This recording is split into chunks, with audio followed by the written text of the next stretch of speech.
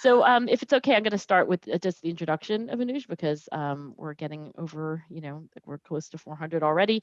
Anuj, we're so excited that you're here. You're pretty much a rock star, and I have read two of your splashiest papers, the Becoming a Man evaluation, and then also most recently your paper on court summons. And I know that this made a lot of splash. I don't know that it's related to today's talk, which is perceptions of imperfect strangers. But I will say that when I think of role models of people who are actually taking behavioral science and doing work that could make a material difference in the lives of many people, I think of you. So thank you so much for being with us. And Katie will be taking the mic after your remarks to moderate the Q&A, but I'll come back at the end and say goodbye. Great. All right, so thank you, Angela and Katie, for having me here in this beautiful virtual space. And thank you all for joining on this totally normal Monday before a totally normal Tuesday and everything that comes after, at least here in the US. So look, I'm going to be clicking refresh on 538 throughout my talk, so I understand if you are as well. But if we're able to stay present for a bit, then I think this project revolves around a fairly straightforward observation that a lot of you have probably experienced, and that I think I can illustrate by sharing a little bit about myself, or rather sharing about my teaching experience from the spring when a lot of us switched over to teaching remotely all of a sudden. And this is what it looked like. It looks like what we're doing right now. It looks like what we've been doing for most of 2020. And early on, I made a decision to pre-record my lectures, which meant my students were just going to be staring at me on a screen, and I was not going to be interacting with them very much, which was kind of a bummer because I genuinely like getting to know my students throughout the quarter, but it just wasn't in the cards for the spring. Now, my students did still get to know a lot about me, and that's because I talk a lot about myself when I'm teaching, because I'm a narcissist, there's no pedagogical reason. And so they got to know essential details about me, as well as things that I probably should have just kept to myself. And this is a strange experience for the students. It's a strange way to connect with their professor. It's a strange way to connect with anybody.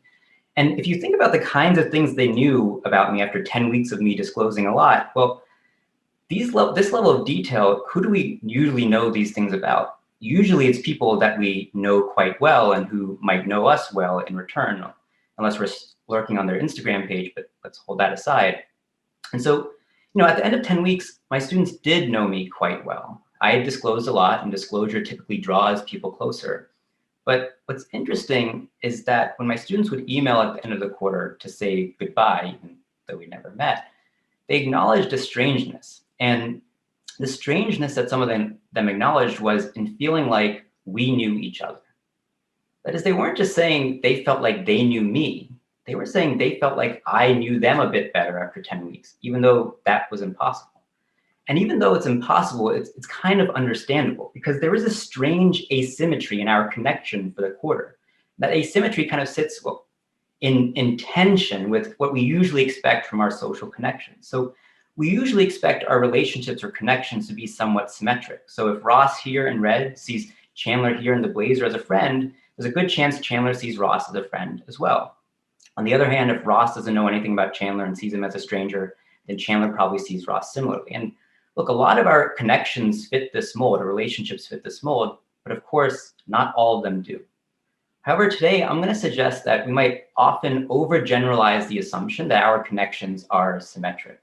And in overgeneralizing this assumption and overlooking asymmetries that might exist, that can affect how we perceive and act around others. And this is, I think, what was going on with some of my students. So they felt like because they knew me better, that I must know them better. They saw symmetry where it didn't exist. I think one place this might be particularly pronounced is in the context of strangers and how we think about them. So we can think of strangers in a couple buckets. So maybe there's perfect strangers where neither person knows anything about the other person. But there can be asymmetries that exist as well. For example, with imperfect strangers. This is a place where asymmetries exist, where maybe Ross knows a lot about Chandler, but Chandler doesn't know anything about Ross, maybe doesn't even know who he is. And if people overgeneralize the assumption that our connections are symmetric, then what does this mean for how we perceive imperfect strangers? Well, let's just take the perspective of Ross. And it means that while in reality, Ross is more familiar with Chandler than vice versa, Ross might see things differently. he might see symmetry where it doesn't exist. He might feel, like my students did, that because he knows a lot about Chandler, Chandler might be more familiar with him as well. I think there are a lot of implications of this, but here we're just going to talk about the most basic one, which is how this affects what we think other people know about us. So to put all this a bit more simply, I think a straightforward hypothesis that falls out of this is that if we overgeneralize the assumption that our connections are symmetric, then when we learn more about others, that might lead us to believe for a bit that they know more about us as well. And so for those of you who are more familiar with the social psych literature, one way to think about this is that when we have more information about others, that boosts the illusion, our own illusion of transparency, or the sense that our mental states or thoughts or actions are more obvious to others than they might actually be. And another way to think about this is that this implies that when we know more about others around us, that reduces our own sense of anonymity. And that's important because there's a lot of work in the literature that suggests when people feel anonymous, they behave differently. They might be less likely to engage in pro-social behavior. They might be more comfortable being dishonest or cheating when they're around people that they don't, when they feel anonymous around people. And so the second hypothesis here directly follows from the first, which is that if having more information about people around us makes us feel less anonymous, then learning more about others might therefore reduce some of the, say, negative consequences of anonymity. It might reduce, for example, our own dishonest behavior around people we know more about, around imperfect strangers. And so I'm going to share three-ish lab experiments, and that'll build up to a field experiment that we did with NYPD, New York City's police department, in which we examined whether when residents have personal information about police officers, does that affect what residents think officers know about them, and does that affect crime rates in the area as well? So we'll get to that, but let's start with the lab studies that are a bit more carefully controlled. And all of these lab experiments follow the same paradigm. So these are all done on Amazon Mechanical Turk. And in all of these studies, we told participants they were going to be interacting anonymously with another person on MTurk. Now, that was a lie. There was deception involved in here. So they weren't actually interacting with anybody else, but rather we simulated or pre-programmed their partner's responses. And I'll show you what that looks like in each of the studies. Now, each study started by having participants do an icebreaker where they answered some basic questions about themselves, that sort of get to know you kind of thing. And in our studies, we're interested in two broad conditions. So there's a no information condition where participants are not shown anything about their partner. And there's an information condition where they're shown their partner's responses. And again, this is all pre-programmed and simulated. Now, in all of these studies, there's one thing to note, which is that we told our participants that it was the experimenter's decision whether or not the participants would see information about their partner or not, because we didn't want them making inferences about their partner if they thought their partner was the kind of person who felt comfortable sharing stuff or didn't feel comfortable sharing stuff. We really wanted to just be a feature. We wanted to just know the effect of having information about the partner. So we made it clear the partner had no choice in whether this information was shared. Okay, so in study 1A, the icebreaker was just having people respond to 3 multiple choice demographics questions, super mundane, things like your family or marital status, the size of the town you live in, and your current work status. In the no information condition, participants were not shown anything about their partner. In the information condition, they were shown their partner's responses. And since there's no partner, these were just randomly generated responses to the multiple choice questions. Then all participants were told that we were going to show one of the answers to the demographics questions, their family or marital status, to their partner. And their partner was going to try to guess the participants' responses to the other questions. And while they were doing that, we asked participants how much they felt like their partner must know them. And so we borrowed this question from Emily Cronin and colleagues that uses kind of an iceberg as a metaphor, where it says, look, we all know that there are things that other people know or get about us, and there are things that remain hidden from others. How much do you feel like you're visible to your partner? That is, how much do you feel like your partner knows or gets you right now? And they responded using this iceberg scale, where if they picked a picture where the iceberg was more visible, that would indicate they felt like their partners knew them better. And remember, the prediction is that when participants have more information about their partners, if they overgeneralize the assumption of symmetry, they might subjectively feel that their partners know them better as well. And indeed, that's what we find. So it's worth noting that everybody's below the midpoint on the scale here. Nobody suddenly thinks they're interacting with their new best friend. But we do see that when participants have more information about their partners, they feel as if their partners would understand them better as well.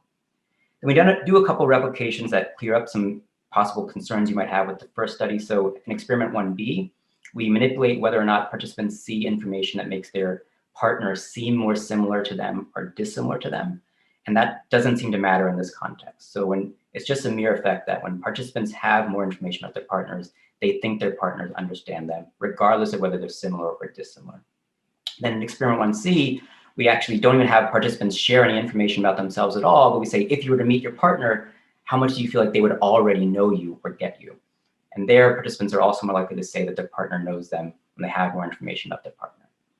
Now, okay, this is suggestive evidence, but it can be confusing to say, well, what do these subjective scales map onto? Does it actually map onto people thinking their partners would know more about them, say, in terms of specific or concrete details?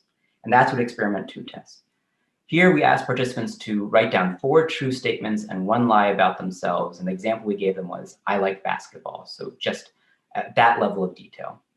And then the information conditions were either they saw no information about their partner, one of the supposedly true statements their partner wrote down about themselves, or 4 of the true statements. And again, these were pre-programmed. And they weren't statements like, I'm a CIA agent who already knows everything about you, but they were things like, I drive a Toyota, I have a 4-year-old dog, mundane things that don't necessarily suggest you're interacting with some especially good mind reader, for example. So then we ask participants, or we tell them, we're going to show your 5 statements to your partner, and your partner is going to try to guess which of your statements was a lie. How likely or what percentage chance do you think your partner has of guessing which of your statements was a lie?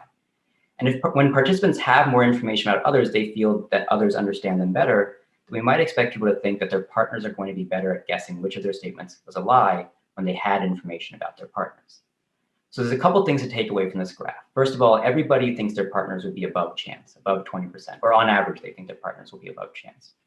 That's kind of a demonstration of the classic illusion of transparency effect, where people think their lies are more obvious to others than they are. But more critically, you see that when people have information, whether it's 1 fact or 4 facts about their partner, they think their partners are going to be better at guessing which of their statements was a lie. Now, you don't see any difference between the 1 fact or 4 fact condition. That could be because the facts here are just so mundane. It's possible that if we revealed more substantive things about their partner, that as they learn more substantive information, they would feel that their partner understood them even better, but we can't be sure from this study. So these first couple experiments suggest that when we know more about others, we feel they know more about us. When we know more about others, we feel less anonymous. Could that then curb some of the negative consequences of anonymity? Namely, for example, would we feel less comfortable lying or cheating around or being dishonest around others if we felt like they could better detect our lies? So that's what experiment 3 tests. The icebreaker questions here were the same 3 demographics questions from studies 1A through C. And the information conditions were, again, in the no information condition, they didn't see their partner's responses. In the information condition, they saw the randomly generated responses. And in this study, we told participants, look, we're trying to collect written descriptions of different life experiences that somebody might have. And in this study, we're going to ask you whether you've ever had, the question we asked in the study was whether somebody had ever had surgery before. And it was set up such that if you said no, then the study was over and you left with your base payment. If you said yes, then you were asked to write a description about having surgery in this case. And if you wrote a description, then you were eligible for a bonus equal to 5 times the base payment. So you can see that there's some incentive to lie here and say you've had surgery when you haven't. Because if you say no, then you earn 1 amount. If you say yes, then you become eligible to earn a higher amount. Now, we told participants that their partner, we asked participants to be honest, but we said your partner is going to help us with this. They're going to flag any responses that seem dishonest. And so the expectation here is that if, like in study 2, participants thought their partners would be better at detecting a lie when participants knew more about their partners, then people might feel less comfortable lying around their partners when they had more information about them. And so here's how to read this graph. These 2 bars should be equal if there's no effect, in that we randomly assign people to these conditions, so that should not make one group more likely or less likely to have had surgery. Now, what you see, though, is that participants in the no information condition, a higher percentage of them say that they've had surgery than in the information condition. But that might suggest that they feel more comfortable trying to lie when they don't have information about their partner. Whereas when they have information about their partner, perhaps mirroring study 2, they feel like their lies would be more readily detected and they wouldn't get credit for having written that description. So these lab experiments suggest, okay, when we have information about others, we think they know more about us. That could curb dishonesty. But at the beginning, I suggested we're going to we're going to present a field experiment from a rather different context about neighborhood policing. And there's no real segue here, but I think it's worth noting that the hypotheses that we tested in these lab experiments actually came from early qualitative work that we did in interviewing prior offenders in New York City.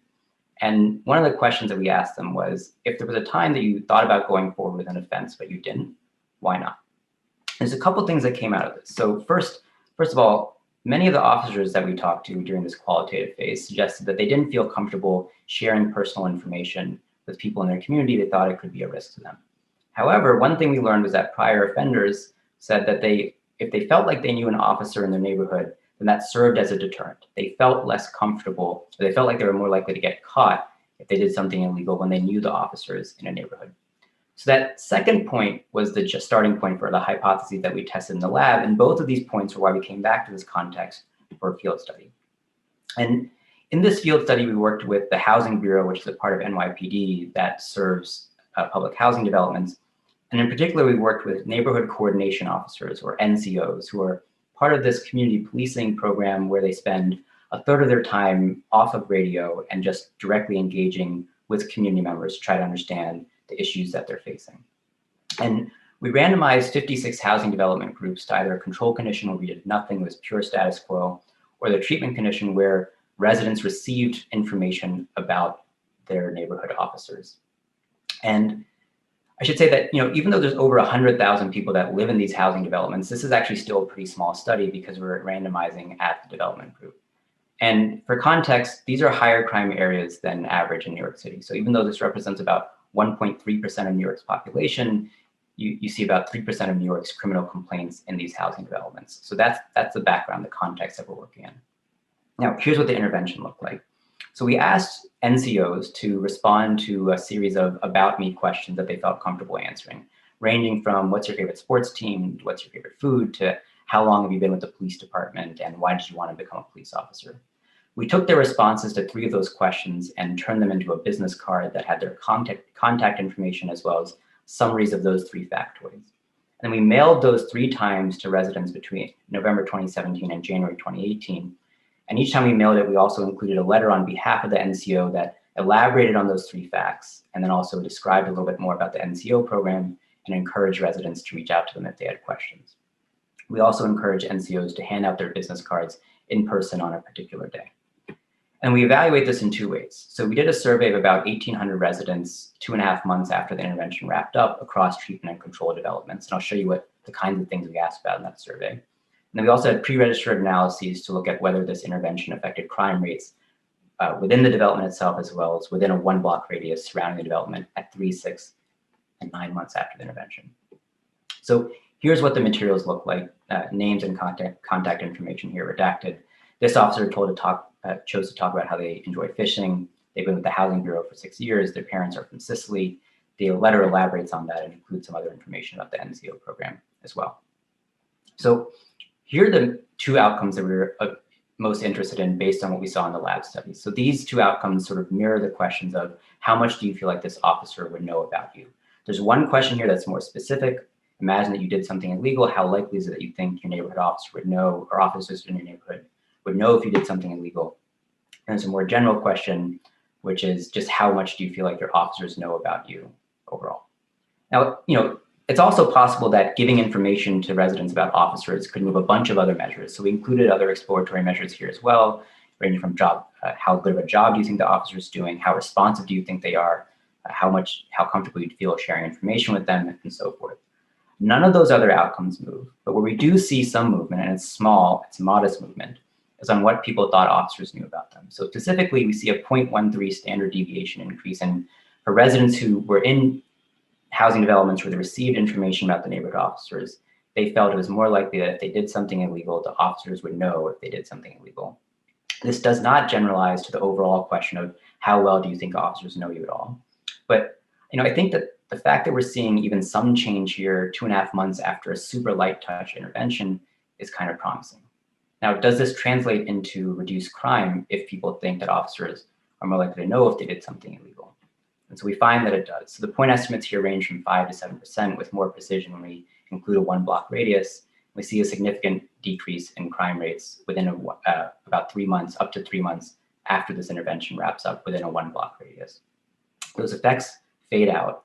But again, even though these effects are small and short-lived, this is a super light touch intervention. And you might wonder, well, is this just the effect of sending any newsletter at all that makes people think police are paying more attention?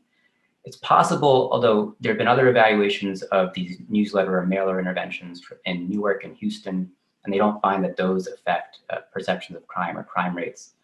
You might wonder, does this just displace crime? That also seems unlikely because a lot of hotspot policing interventions don't seem to displace crime outside of the areas that they're operating in. But here's how I think about this study, being a small study as it is. It's at best a proof of concept, I think. It suggests that there is promise in letting residents learn more about the officers serving the community. Now, you can then imagine lots of different ways to implement this that might be more compelling than say, snail mail. And you can think of this in the context of community policing programs for which there's broad interest. And recent work suggests that community policing programs can boost perceived legitimacy of policing in a neighborhood. This might suggest that one specific component to push in community policing initiatives is to have residents learn more about the officers serving their neighborhood themselves, because that might actually reduce crime as well. And this really just kind of scratches the surface. There's a lot of other things that you could think about here. So we've only focused on resident perceptions, but if officers are typically uncomfortable disclosing information, then what does the act of disclosure do? Do they feel more accountable to the residents, for example? But also, if officers learn more about community members, then what does that do? Does that also shift their sense of accountability, or the sense that residents are more aware of what they're doing? And just to sort of summarize, as I'm starting to run over time a bit, I think to wrap up here, there's something kind of obvious but important, which is that if we tend to think our connections are symmetric, and that means actions by one person can fundamentally change the nature of that connection. When I share information with my students about me, they feel like that I know them better. Or when residents learn about their police officers, they feel like officers know them better as well. That is, a lot of, or at least a bit of what we know about what we think others know about us might depend on what we know about them. So I'll wrap there, and I'm looking forward to the conversation that comes out of this. Thanks. Thank you, Anuj. That was really interesting and obviously a really timely topic. So we have a bunch of questions coming in. I'm going to do my best to pick among them. One of the questions that just arrived had to do with something you explored in the lab, but not in the field, but that maybe could be explored in the field. So Nicole Abisper, I hope I'm pronouncing that right. I'm guessing I'm not, and sorry. She's wondering if you could look at the similarity of the demographics between the officer covering an area and the residents, and see whether or not that matters at all when you do this intervention. Oh, that's a great point. Yeah, so even though in the lab we didn't see that similarity mattered, those are very mundane things, right? And it's possible that with something more substantive here, maybe then we would find a difference in similarity. That's a super cool suggestion. Thanks, Nicole. I hadn't thought about that.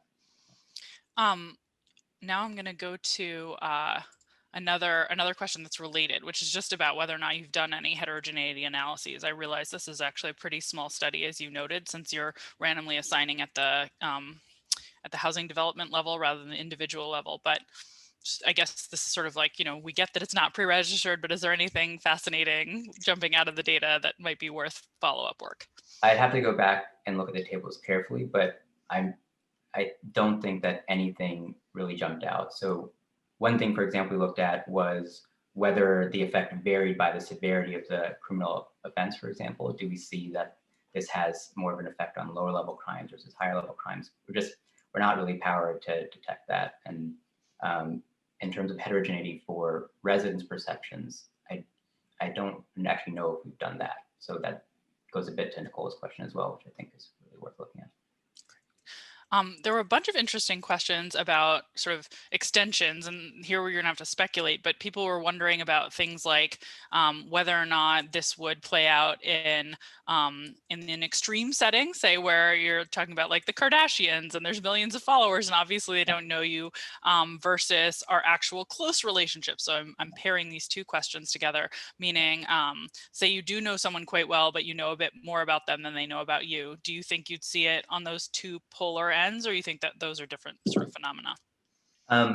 So I think, there is work suggesting, I think they call them parasocial relationships, where people typically have this experience with celebrities, where they think that celebrities would understand them better.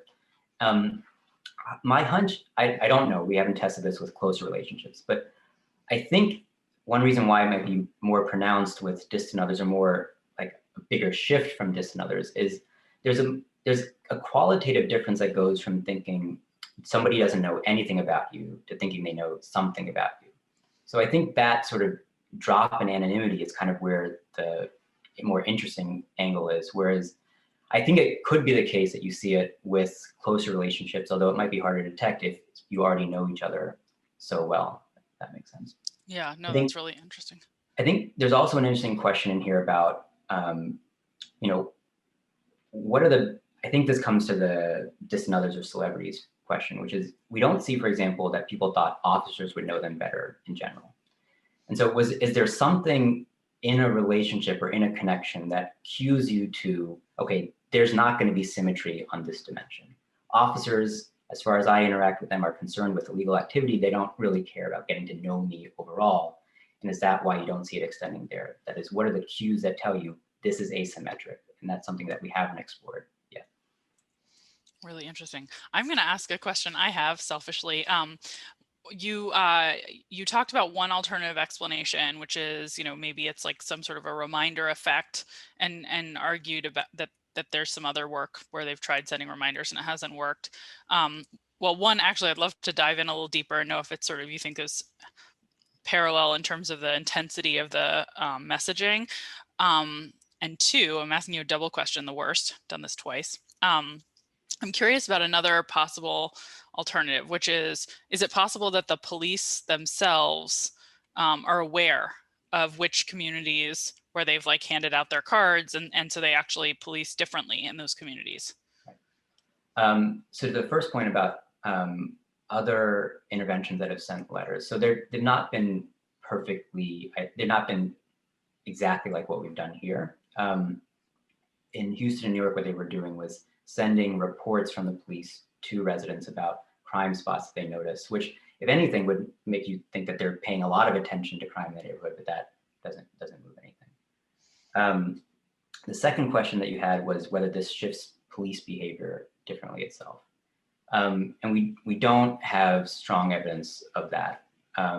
So one thing is, all of these NCOs are serving multiple developments, both treatment and control. So it might be not something that they're keeping super clear track of, like, oh, this is a development where they know things about me, this is a development where we don't. But we're not seeing, the one thing that moves a little bit is, but not significantly so, is the arrest rate per criminal complaint shifts a little bit in the treatment development. So that might suggest police are changing their behavior. The other thing it could suggest is people are sharing more information with the police that translates into arrests, and we can't be sure, but it's also not a significant effect, so I don't know how much time to spend interpreting it. Okay, really interesting. Okay, let me go back to, we have lots of wonderful questions coming up here. So David Marquette, I'm going to actually read this one. He says, Anuj, I'm thinking about the nature of the reveals, guessing there might be a too much too soon effect. And so how do we categorize the degree of reveal along dimensions of vulnerability, observability, and so on? So I don't know if I'm going to be just applying my narrow framework to this question and trying to filter it through that. So I apologize if that's the case. But I think the thing that I've been thinking about goes back to something I mentioned earlier, which is, look, it's many times we can recognize that these asymmetries exist, right? It takes a little bit more effort, but a lot of times we can recognize it. So why is it that in these studies, people are overgeneralizing this assumption? There's just not a strong cue that there's an asymmetry here. And so if somebody discloses a lot too soon, too quickly, I think that could potentially provide this cue that, whoa, this is not normal. Like, you've just told me everything about yourself and we are in line for ice cream. That's a strange thing. And so in that moment, that might suggest, might make clear to this person, there's an asymmetry. This person shares way too much, and I know that they don't know this level of detail about me. So that's sort of how I'm thinking about it. I hope that's not too narrowly a way to interpret the question. I thought that was a great answer. I thought it was not too narrow. I'm going to read another one from Daniel Russman. Daniel wants to know, in your research, were you able to isolate feelings of empathy as a deterrent for dishonesty or crime versus a reduction in anonymity from perceiving that the stranger knows more information about you? And if so, if you have any ability to isolate those, I realize it may not be in the lab experiment, maybe in the field. He wants to know what the relative weights would be of those different effects. Yeah, so we haven't isolated them, but we tried to design the lab experiment to deal with this. So one of the things we were concerned about is, look, if you know more about somebody else, maybe you just don't want to harm them. I think that's a version of this empathy question, which is why you'd be less likely to be dishonest or cheating. So we tried to make it clear that the person they were interacting with was just tasked with checking the responses for whether they thought there was a lie or not, and not that they had any stake in whether there was a lie or not. So that's how we tried to deal with that. But maybe what we should be doing is going back and actually testing it specifically to know this question: what are the weights? How much would it be about empathy, and how much would it be about this feeling that you're less anonymous? Really interesting.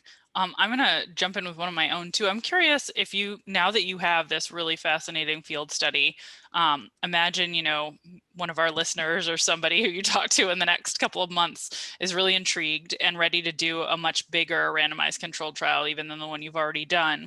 What added conditions would you want to include? And like basically what confounds are you most worried about that you'd want to isolate, and how would you do it in a follow-up study? So I think one thing, the outreach here did two things. It made people aware that there was a neighborhood policing component to what NYPD is doing in these areas, and then it also revealed this information about officers.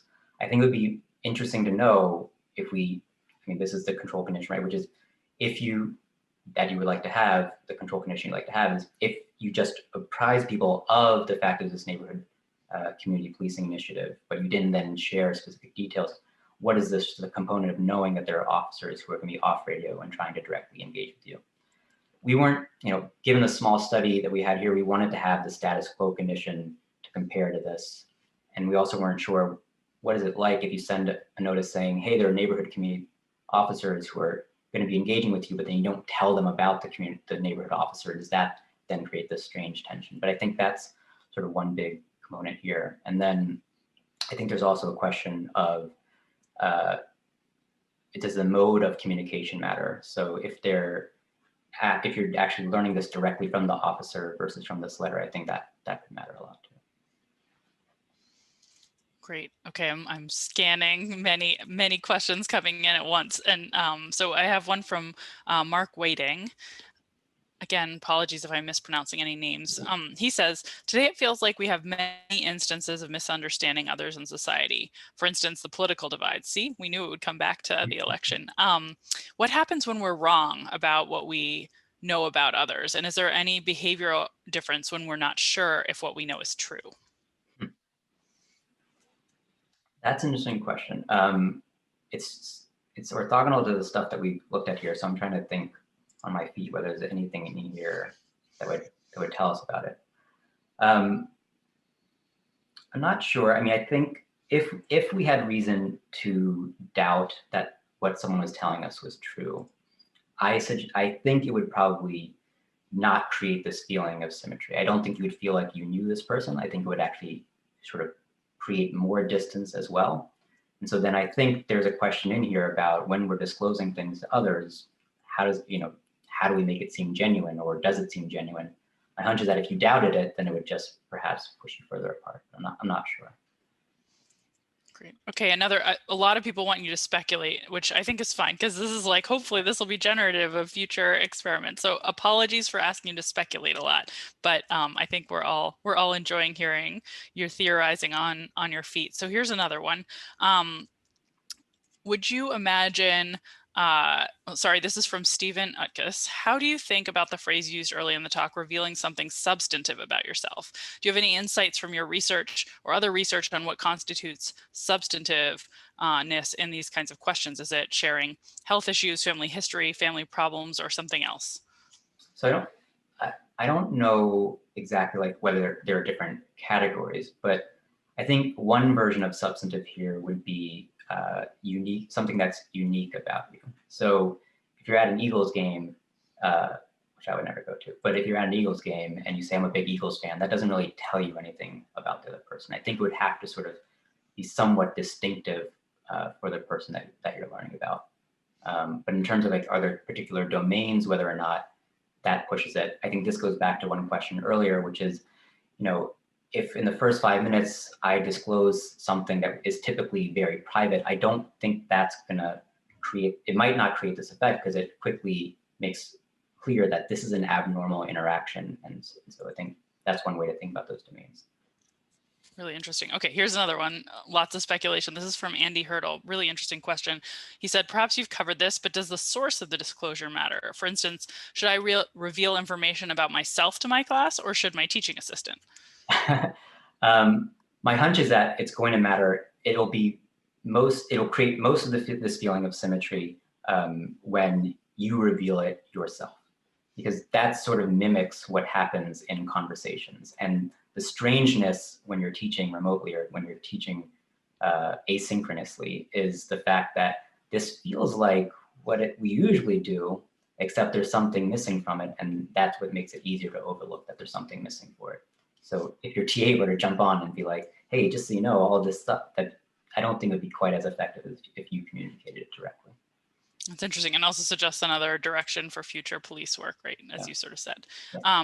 Okay, everybody here is just trying to give you new moderators to study and follow up, but I think they're all interesting, so I'll keep going. Here's another one. This is from Jimena Ramirez, and the question is, would you predict the same effect of disclosure in a competitive situation? And what if disclosure is perceived as strategic? I think for sure, so in a competitive situation, I think this is where the question is coming from. You might think that somebody's telling you this thing to put you off guard, and I think then you might discount the disclosure and not attribute it with like a genuine outreach. And then that could sort of break down the perception that you've become closer with this other person. Sorry, there was another aspect of the question that I'm missing. If you perceive it as strategic, do you trust it less, I guess? And does it, the question is in competitive situations. So I think in a competitive situation, then that might lead to the discounting of it, and you might not get the effect there as much. Although, it's possible that the policing context maybe gets a little bit at this, where it's not clear that there's necessarily harmony there, and so even there you're seeing some of the effects. So it's possible that you might still get some of the benefits of this disclosure, but I'm not sure. Really interesting. Of all of these things, I'm actually curious what you think the sort of natural, so I already asked you the question of like, if you could run another field experiment, what would you test? But say you're in the lab and you're trying to tease apart some of these interesting moderators or other moderators that other people have brought up with you. Do you have a sense of sort of what some of the most interesting next questions are in this line of research that you'd like to explore in the lab? So I think one interesting question, the place where I go first is, what is the experience of the discloser or the person who has had something revealed about them? And if it's true, if this, maybe this is an overly simple model, but if it's true that this simple model that creates this feeling of symmetry, or we overgeneralize this assumption of symmetry rather, then we ought to see that the person who has just revealed something about themselves also feels closer to the other person, that they feel like they understand the other person better as well. I think that's a strong prediction, and I think that's one place to look to see whether it really is just a simple overgeneralization of symmetry, or whether there's some more nuance needed in the theory. Great. Okay, that's super interesting. One of our participants, Mia Lee, has asked, where do you think this intervention could be applied to other areas outside of policing for other desired outcomes? Which I think is a great question. Yeah, I mean, I think there are lots of situations where we are interacting with someone. So let's even just take the dishonesty or crime component out of it, and just the mere, like, does this person understand me better? I mean, I think in lots of customer service interactions, you would like to believe that the person understands your problem and understands you better. Even just that feeling of being understood could take some of the heat out of those interactions when they're going off script. And so that could be a case where, if it were done naturally, then you could imagine that being a way to smooth out some of those interactions. So I think those things that mimic what it's like to talk to someone you know, but aren't exactly like talking to someone you know, I think that's the place where you go. So, those customer service interactions is one place where I go immediately thinking about that. It's really interesting. It also feels like something politicians do naturally. I realize this is a week when attention is on other areas largely, so just flagging that. So, all right, I'm gonna ask one last question and then we'll wrap up. The last question is from an anonymous attendee, so I can pronounce that correctly. When you learn about a person, do you think they're just a better predictor or judge? That is, might you see that they think they know a third party better also? So I have one study that speaks a little bit to this. So this falls out of the thing we were talking about earlier about the Kardashians or celebrities. So in that study, we asked people to think about either well-known or less well-known A-list or D-list celebrities, and to rate how, if you were to meet this person, how much do you think that they would know about you? We also asked, imagine that, so this question becomes a little bit weirder, which is why it's not a perfect study, but imagine that celebrity were to meet some random other person. How much do you feel like that celebrity would know about that random other person? And so what you do see is that when people know more about a celebrity, they think that the celebrity will be a better mind reader for both you and another person, but the effect is stronger for you than that other person. So there's some component here, which is what the anonymous questionnaire is asking, which is, do you just think they're a better mind reader? But it also seems that it's a bit more specific to you as well. Really interesting. Anuj, thank you so much for being our speaker today and for talking with us and taking our minds off of a stressful national election. Yeah, we really appreciate it. This was a wonderful 45 minutes of science. So really appreciate that. I'll just plug that our speaker next week is going to be Allison Wood-Brooks from Harvard Business School, and she's going to be talking about how to improve the quality of your conversations. So more about social life, but with a very different focus. So Anuj, thank you. This was great.